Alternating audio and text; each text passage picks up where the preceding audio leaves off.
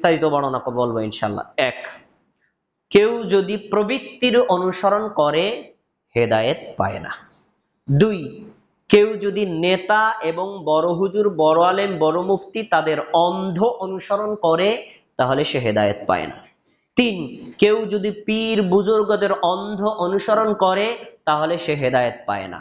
চার, কেউ যদি অধিকাংশ লোকের অনুসরণ করে তাহলে সে হেদায়েত পায় না। পাঁচ, কেউ যদি বাপ দাদার অন্ধ অনুসরণ করে তাহলে সে হেদায়েত পায় না।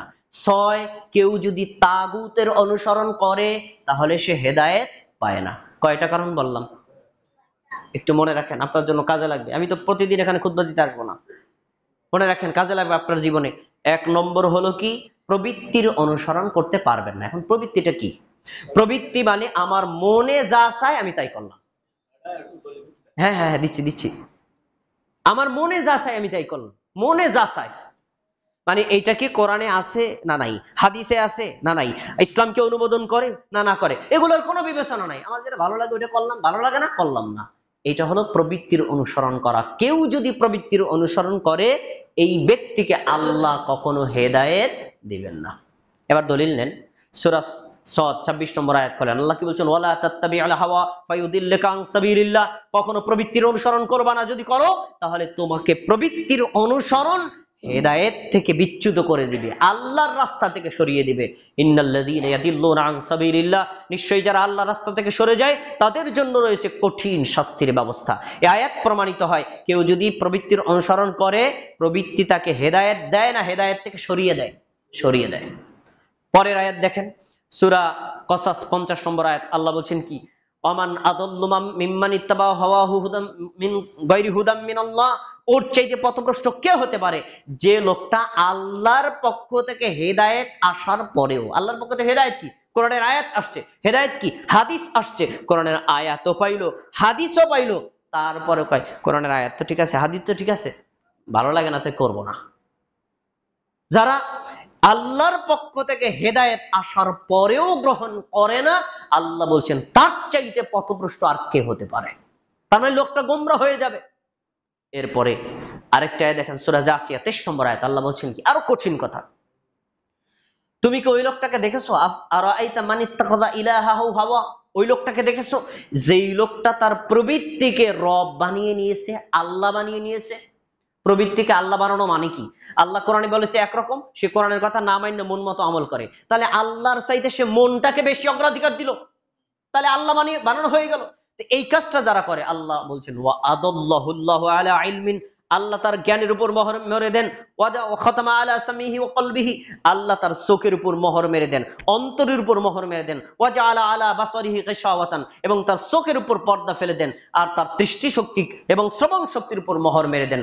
আল্লাহ বলছেন ফামাই ইয়াহদিল্লাহু মিন বাদিহি, আল্লাহ তাকে গোমরাহ করলেন, এরপরে তাকে হেদায়েত দিবে কেডা? আল্লাহ যদি কাউকে গোমরা করেন, হেদায়েত কেউ দিতে পারে? পারে না। তাহলে এই আয়াতে প্রমাণিত হয় একজন মুমিনের গুণ কখনো প্রবৃত্তির অনুসরণ করবে না, একজন মুসলিমের গুণ কখনো প্রবৃত্তির অনুসরণ করবে না। মুসলিম কি করবে? নিজের মন মতো আমল না করে আল্লাহ কোরআনে যেভাবে বলেছেন ওইভাবে আমল করবে, নবী সাল্লাল্লাহু আলাইহি ওয়াসাল্লাম হাদিসে যেভাবে বলেছেন ওইভাবে করবে, তার থেকে এক চুল বাড়াবেও না, এক চুল কমাবেও না। এটা হলো মুমিনের কাজ। এক নম্বর গেল। দুই নম্বর, নেতা এবং আকাবিরদের অন্ধ অনুসরণ করা। আমরা বাংলাদেশ গণতান্ত্রিক দেশ, এখানে বিভিন্ন সংগঠন আছে, করতে পারেন আপনি, আপনি একটা সংগঠন, একটা দিনী সংগঠন করেন, রাজনৈতিক সংগঠন করেন, আপনার পছন্দ হয় করেন, কিন্তু আমরা সংগঠন করতে গিয়ে সংগঠনের নেতার অন্ধ অনুসারী হয়ে পড়ি। নেতা যদি কোরআনের বিরুদ্ধে বলে তারপর মানি। যদি এরকম অন্ধ অনুসরণ করেন আপনি হেদায়েত পাবেন না। আমাদের সমাজের অনেকে আছেন যে মনে করেন সে একজন আলেমের কাছে পড়েছে, ওস্তাদের কাছে পড়েছে, বড় হুজুরের কাছে পড়েছে, এখন বড় হুজুর যা বলেছে কোরআনের বিরুদ্ধে বললেও সে মানে, হাদিসের বিরুদ্ধে বললেও মানে, মানে বড় হুজুর ছাড়া সে কিচ্ছু বোঝে না। এই বড় হুজুর মানার প্রবৃত্তি যার আছে সে হেদায়েত পাবে না। বড় হুজুরের কথা মানতে রাজি আছি, বড় হুজুরের কথা যদি কোরআনের সাথে মিলে তাহলে মানবো, বড় হুজুরের কথা মানতে রাজি আছি যদি তার কথাটা হাদিসের সাথে মিলে তাহলে মানবো, কোরআন হাদিসের সাথে যদি না মিলে তাহলে মানা যাবে না। আল্লাহ কি বলছেন? সূরা আহজাব খোলেন, 66, 67, 68 তিনটি আয়াত আল্লাহ তাআলা বলেন, ইয়াউমা তুকাল্লিবু ওজুহুহুম ফিন-নার, কিয়ামতের দিন তাদেরকে চেহারা উপরের দিক দিয়ে জাহান্নামে নিক্ষেপ করা হবে। জাহান্নামে নিক্ষিপ্ত হওয়ার সময় তারা আফসোস করে বলবে, ইয়া লাইতানা আতানাল্লাহ ওয়া আতানা রাসূলা, হায় আমাদের জন্য আফসোস, আমরা যদি আল্লাহর কথা, কোরআনের কথা মেনে নিতাম, আমরা যদি নবী সাল্লাল্লাহু আলাইহি ওয়াসাল্লামের হাদিসের কথা মেনে নিতাম, তাহলে আজকে এইভাবে অপমানিত হয়ে জাহান্নামে নিক্ষিপ্ত হওয়া লাগতো না। তখন তারা বলবে, রব্বানা ইন্নানা আতানা সাদাতানা ওয়া কুবারানা, আল্লাহ আমাদের দোষ কি? আমাদের কোনো দোষ নাই। আমাদের যে এলাকার বড় হুজুর আসলো, বড় হুজুর বলছে হাদিস মানা দরকার নাই, মানি নাই। বড় হুজুর বলছে কোরআনের আয়াত মানা দরকার নাই, মানি নাই। বড় হুজুরের কথা মানতে গিয়ে আমি কোরআনটা মানতে পারি নাই, বড় হুজুরের কথা মানতে গিয়ে আমি হাদিসটা মানতে পারি নাই। তারাই তো আমাদেরকে গোমরা করেছে, দোষ কি আমার? আল্লাহ রব্বানা আতিহিম দিফাইনি মিনাল আযাব, আল্লাহ আপনি আমার নেতাকে, আপনি আমার বড় হুজুরকে, তাকে ডাবল শাস্তি দিবেন, আমারে দিবেন সিঙ্গেল। এই আবেদন কার? যে লোকটা বড় হুজুরের অন্ধ অনুসারী ছিল তার। তখন আল্লাহ কি বলবেন শোনেন, আল্লাহ সূরা আরাফের 38 নম্বর আয়াতে জবাব দিয়েছেন, লিকুল্লি দিফু ওয়ালাকিন লা তা'লামুন, যে বড় হুজুর গোমরা করেছিল তাকেও ডাবল শাস্তি, যে গোমরা হয়েছিল তাকেও ডাবল শাস্তি। শাস্তির ক্ষেত্রে কাউকে কম করা হবে না। আজকে আমি আপনার এখানে খুতবা দিয়ে যাই, আমার একটা কথা যদি কোরআনের বিরুদ্ধে হয়, আপনি যদি মানেন, আপনি জাহান্নামে যাবেন, আমিও জাহান্নামে যাব, আপনিও যাবেন। আপনি যা শাস্তি পাবেন, আপনি পাবেন দ্বিগুণ, আমিও পাবো দ্বিগুণ। এখন আমি বলে গেছি কোরআনের বিরুদ্ধে, আপনি মনে করলেন বড় একটা হুজুর আসছে বলে গেছে কোরআনের বিরুদ্ধে হলে মানতে হবে, তাহলে আপনি কোরআনের চাইতে আমাকে বেশি অগ্রাধিকার দিলেন। হাদিস পাওয়ার পরেও যদি দেখেন আমার বক্তব্যটা হাদিসের বিরুদ্ধে, আপনি যদি হাদিসটা না মানেন, আমার কথা মানেন, তাহলে বুঝতে হবে আপনি একজন গোমরা অনুসারী, আপনি পরকালে কোনো দিন জান্নাতে যেতে পারবেন না। আপনাকে এই বিষয়ে ফিক্সড রাখতে হবে। আর যত বড় হুজুর বলুক, কোরআনের সাথে মিললে আমি মানতে রাজি আছি, হাদিসের সাথে মিললে আমি মানতে রাজি আছি। তাহলে আমরা এখান থেকে একটা শিক্ষা নিলাম যে কোন নেতা, কোন বড় হুজুর, কোন বড় মুফতি, কোন বড় মাওলানার কথা যদি কোরআন হাদিসের বিরুদ্ধে হয়, তার কথা মানা যাবে না। আর যদি কোরআন হাদিসের অনুযায়ী হয়, আমরা মানতে রাজি আছি তো ইনশাআল্লাহ। এটা হলো একজন মুমিনের 2 নম্বর কাজ। 3 নম্বর, পীর বুজুর্গদের অন্ধ অনুসারে। বাংলাদেশ, ভারত, পাকিস্তান পীরের অভাব নাই, মুরিদের অভাব নেই। আরে ভাই আপনি নিজে পীর হন, আপনার আমি মানা করি না, মুরিদ হন তা মানা করি না, কিন্তু আপনি যখন আপনার পীর সাহেবের এমন বানায় নেবেন, পীর কোনোদিন ভুল করতেই পারে না, পীর কোরআন হাদিসের বিরুদ্ধে কথা বলতেই পারে না, পীর যা বলেছেন কোরআনের বিরুদ্ধে গেলেও মানবো, আরে হাদিসের বিরুদ্ধে গেলেও মানবো, এরকম যদি অন্ধ অনুসরণ করেন, আপনি জেনে রাখেন আল্লাহ আপনাকে কোনোদিন সিরাতাল মুস্তাকিম দেখাবেন না। বলেন আল্লাহ তাআলা কি বলেছেন? সূরা আরাফ 3 নম্বর আয়াত আল্লাহ বলেছেন, ইত্তাবিউ মা উনজিলা ইলাইকুম মির রাব্বিকুম ওয়া লা তাত্তাবিউ মিন দুনিহি আউলিয়া। এই শোনো, তোমরা আল্লাহ যা নাজিল করেছেন তার কথা মেনে নাও। আল্লাহ নাজিল করেছেন কোরআন, কোরআনের কথা মানো। আল্লাহ নাজিল করেছেন কোরআনের ব্যাখ্যা হাদিস, হাদিস মেনে নাও।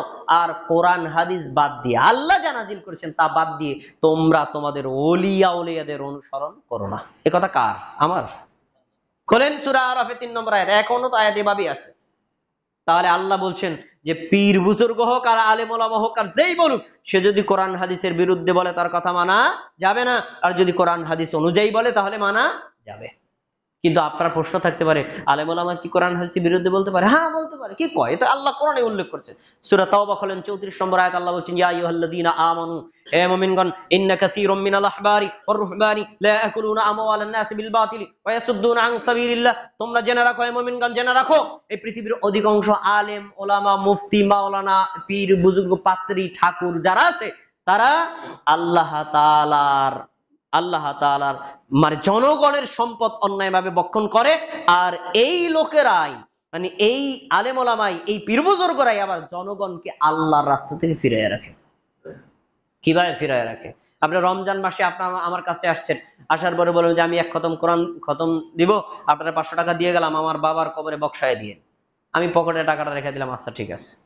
কিন্তু আমি তো আপনার এই কথা বলে দিতে পারতাম, ভাই রমজান মাস আসছে, আপনি আপনার নিজের কোরআন তেলাওয়াত করবেন, কোরআন তেলাওয়াত করার পরে আপনি নিজের বাবার জন্য দোয়া করবেন। আমাকে বলে গেছেন না? হ্যাঁ আমি অবশ্যই দোয়া করব, কিন্তু আমি কোরআন তেলাওয়াত করলে আপনার বাবার কোনো উপকার হবে না, বরং আপনি আমার কাছে দোয়া চাইতে এসেছেন, আমি তার জন্য দোয়া করে দিব।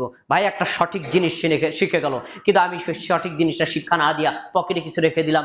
এইভাবে জনগণকে মানুষ অন্যায় কাজ থেকে যে বিরয় রাখবে সেটা না রাখা আল্লাহর রাস্তা থেকে মানুষ ফিরায় রাখে, এরকম আলেম ওলামা কি নাই? আছে। আল্লাহ তাদের ব্যাপারে বলেছেন, এজন্য কোন পীর বুজুর্গদের, আলেম ওলামাদের অন্ধ অনুসরণ করা যাবে না। অন্ধ অনুসরণ করার মতো যোগ্য ব্যক্তি একজন, তার নাম মুহাম্মদ সাল্লাল্লাহু আলাইহি ওয়াসাল্লাম। তিনি যা বলেছেন তা মানতে বাধ্য, তিনি যা করেছেন তা করতে বাধ্য, আপনার পছন্দ হোক অথবা নাই হোক। কিন্তু আমি মানুষ, আমি ভুল করতে পারি। আমার কথা যদি কোরআন হাদিসের সাথে সাংঘর্ষিক হয়, আপনি মানতে পারবেন না। এটা ইসলামী শরিয়ত, এটা ইসলামী শরিয়তের নির্দেশনা। তাহলে আমরা তিনটা বিষয় পেলাম যে আমরা